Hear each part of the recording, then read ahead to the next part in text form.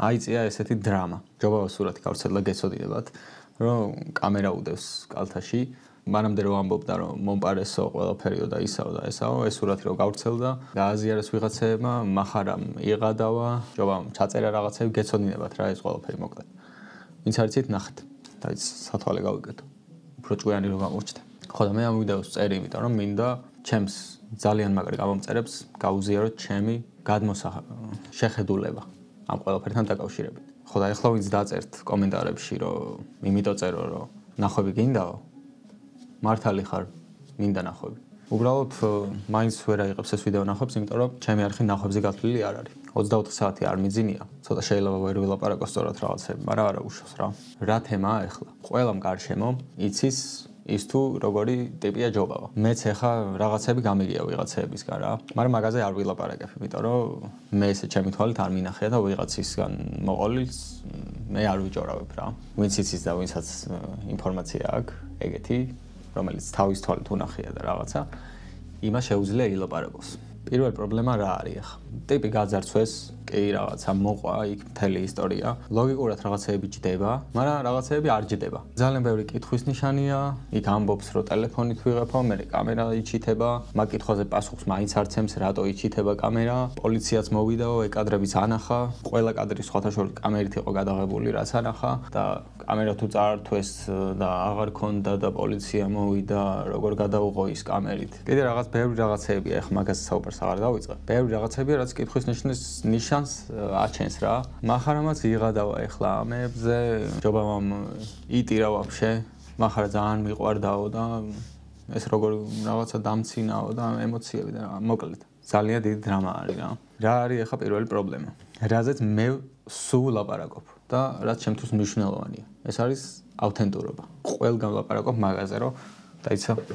ყველგან ლაპარაკობ მაგაზე, რომ ავთენტურობა ძალიან მნიშვნელოვანი რაღაც არის და ინფლუენსერები, იუთუბერები და ზოგადად ცნობილი სახეები უმეტესად არ არიან ავთენტურები. პერსონაჟს ქმნიან და ბევრ რაღაცას აყალბებენ, იგონებენ ისა ესა. მოკლედ გულწრფელები არ არიან რა და ხალხი მარტივად ეგუება ამ ყველაფერს. რატო არ ვიცი ოღონდ. ადამიანებს ზოგადად გაგვაჩნია ესეთი შესაძლებლობა, რომ აი ტიპს როცა ვუყურებთ, რაღაცნაირად ხვდებით ის გულწრფელია თუ არა. ამ დისონანსს ხედავთ ადამიანები რა.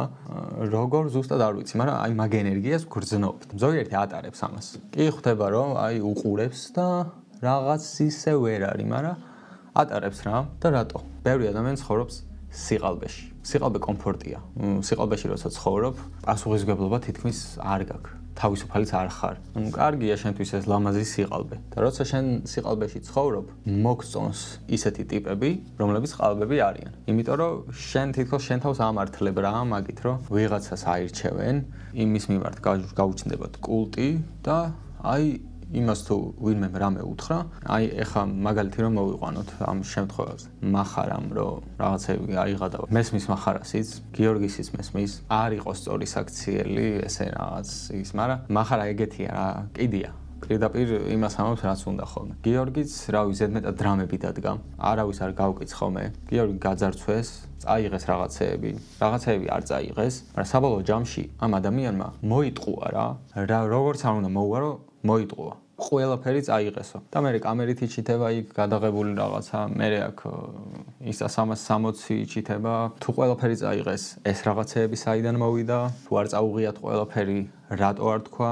სტორის როდებ რომ ტელეფონით მივდივარ რომ ამაზონშიო და მე კამერა გეჩითება და მე ამბობ უკვე რომ აი ესე გამეჩითაო, მანამდე რატო არ თქვი? იძულებული რომ გახდი, მე რატო თქვი? თლიანი ეს ისტორია ძალიან ბევრ კითხვის ნიშანს აჩენს რა. ზოგადად მე გულწრფელად გეტყვით რომ აი როცა ვუყურებ ადამიანს მე გრძნობ არ ვატარებ რა იმ გრძნობას რომ ავთენტურია თუ არა ეგ ადამიანი და არ მისწორდება რა მაგრამ ეგ ჩემი პირადი ის არის სუბიექტური გადმოსახედი ამიტომ ეგ დაიკიდეთ თავარი რაც არის რომ ხალხი რჩება მოტყუებული გინდა აქედან გინდა იქიდან მე კულტად ესახებათ ეს ტიპები გინდა ის გინდა ეს არ აქვს მაგას მნიშვნელობა აი მახარას რეებიც მიწერეს რა მაგალითისთვის რო ავიღოთ და რატო უნდა მიწერო თქვათ ერთ ინფლუენსერს თუ იუთუბერს მეორე ინფლუენსერის თუ იუთუბერის გამო რაღაცა ცუდი ანუ რატო არ გკიდია ერთიც და მეორეც მაგას ვერ ხვდები რატო ყავთ რაღაც გაღმერთებული და ბელადომანია გვჭირს რა თითქოს. ეგ ერთი საკითხი არის. კიდე რაც მინდა რომ მეთქვა. ზოგადად ყველა ამბობს რომ აი გიორგის რაღაცეები აქ წარსულში გაკეთებული, ცუდი ბევრი ტიპი მოუტყუებია ისა ესა. თუ ამდენი ინფორმაცია გააქვს, რატო არ ამბობ? მე ხა ვერ ვიტყვი რაღაცებს, იმიტომ რომ სხვისგან გაგონილი მაქვს, მაგრამ ტიპებს ხო აქვთ ინფორმაცია, რატო არ ამბობენ? ყველას, აი ყველგან საქართველოში ნებისმიერ სფეროში ნებისმიერ სფერო რო აიღო, ყველა სფეროში რაღაცა არის გამოსასწორებელი. ყველაფერს განზრეული აქვს. ბოდიში, ყველაფერს დაარხეული აქვს. და მეორეც, ნებისმიერ სფეროში ყველას პირში აქვს წყალი ჩაგობებული. არავინ არ ბაზრობს არაფერზე. საუბრის კულტურა არ გააჩნია არავის თითქოს. რავი, YouTube-ზეც ეხა კი გადაობად გახდა ეს, რომ YouTube-ი მოკვდა და ვასაფლავებს და თემები. ან პრობლემები ხო არის რეალურად რა YouTube-ზე და ზოგმა გადაობით მიიღო, ზოგმა შეურაცხყოფად მიიღო ეგ ყველაფერი, ზოგს არ ვევასები მაგის გამო. კაი, მე ეგ ყველაფერი არ მეხება, მაგრამ მე რა პრობლემას დავინახე ხო თქვი რა. ხო შეიძლება რომ ვიღაცა დიალოგში შემოვიდეს და აბა რატომ ამბობ ესე? იქნება რაღაცა სიმართლეს ამბობ, აქ იქნება ტყუილს ამბობ. ვისაუბროთ რაღაცეებზე. საუბარი არის ყველაფრის გამოსავალი ყველგან და პრობლემებზე არავინ არასდროს არ საუბრობს ხოლმე. ხო და დავიღალე იმდენი ვილაპარაკე. სხვათა შორის მე ხო ლაპარაკს ესე ექსპერიმენტად არ ვარ მიჩვეული.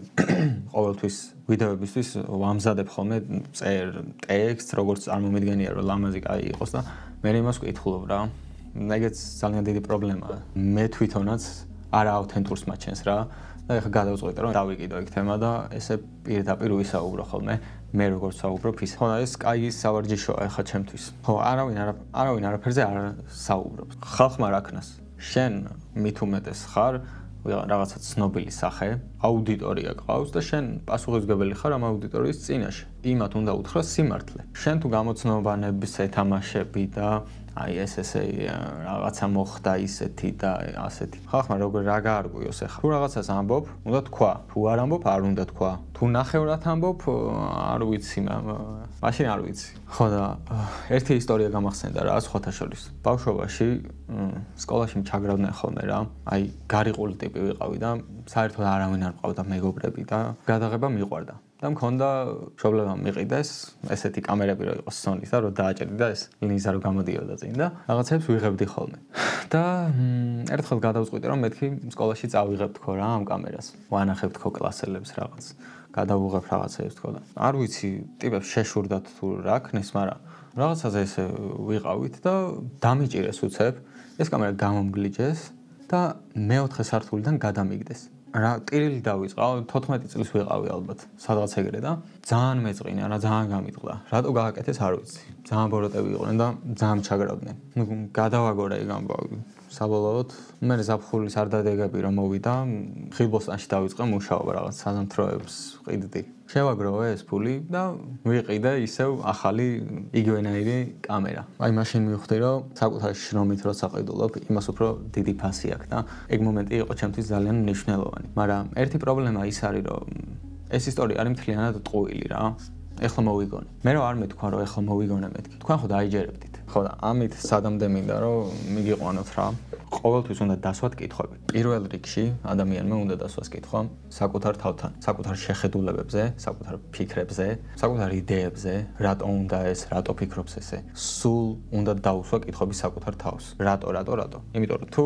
ერთ რაღაცაში მოეკეცი, იმის იქეთ ვეღარ გაიხედები და ჩათვალე რომ ბორკილებში ხარ და არ ხარ თავისუფალი. და მეორეც, როცა უყურებ ვინმეს, კითხვები უნდა დასვა. ვინ არის, რა არის, რატო აკეთებს, რატო ამბობს ამას. ჩემს თავზეც ვამბობ. არც მე არ მენდოდ. ეხლა შეიძლება ყველაფერს ვიტყუები. ხო და ეგ უნდა გამოიმუშაოთ რა. არ უნდა მიყვეთ ესე ცხრებივით რაღაცეებს. ეს არის ძალიან მნიშვნელოვანი. თუ შენ მიენდობი ტიპს, ჩათვალე სიყალბეში ცხოვრობ.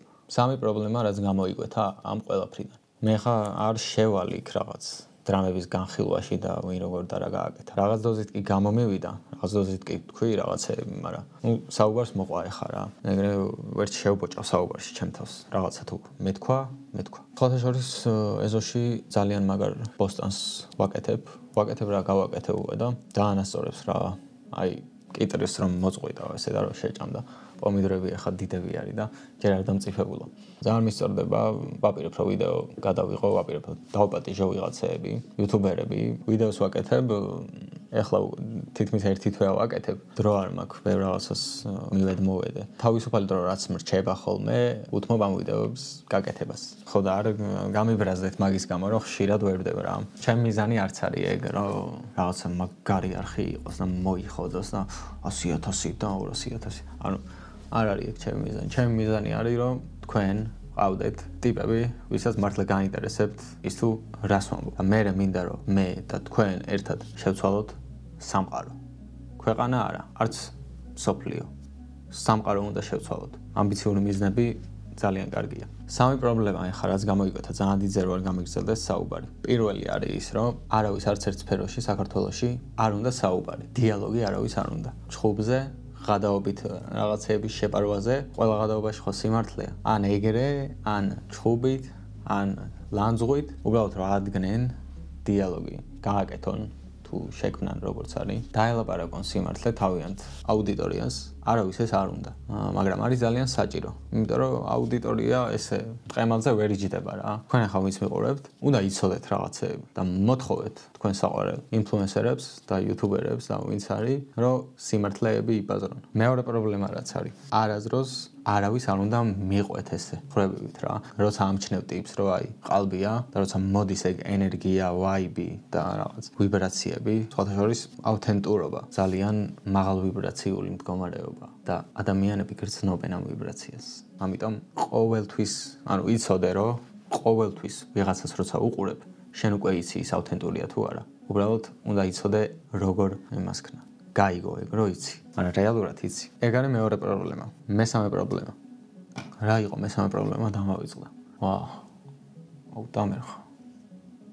კაი იყოს ორი პრობლემა. მესამე პრობლემა აღარ გვინდა. ეგ არის რა, საბოლოო ჯამში ეგ არის. მე ზოგადად ძალიან ეჭვიანი ადამიანი ვარ. ყველას ეჭვის თვალით უყურებ. ხანდახან ცუდია ხოლმე, მაგრამ ხანდახან კარგია. არ მინდა რომ თქვენს ზოგადად კრიტიკული აზროვნება გვაკლია ამ ქვეყანაში და განათლების სისტემის ბრალი არის ეგ ალბათ.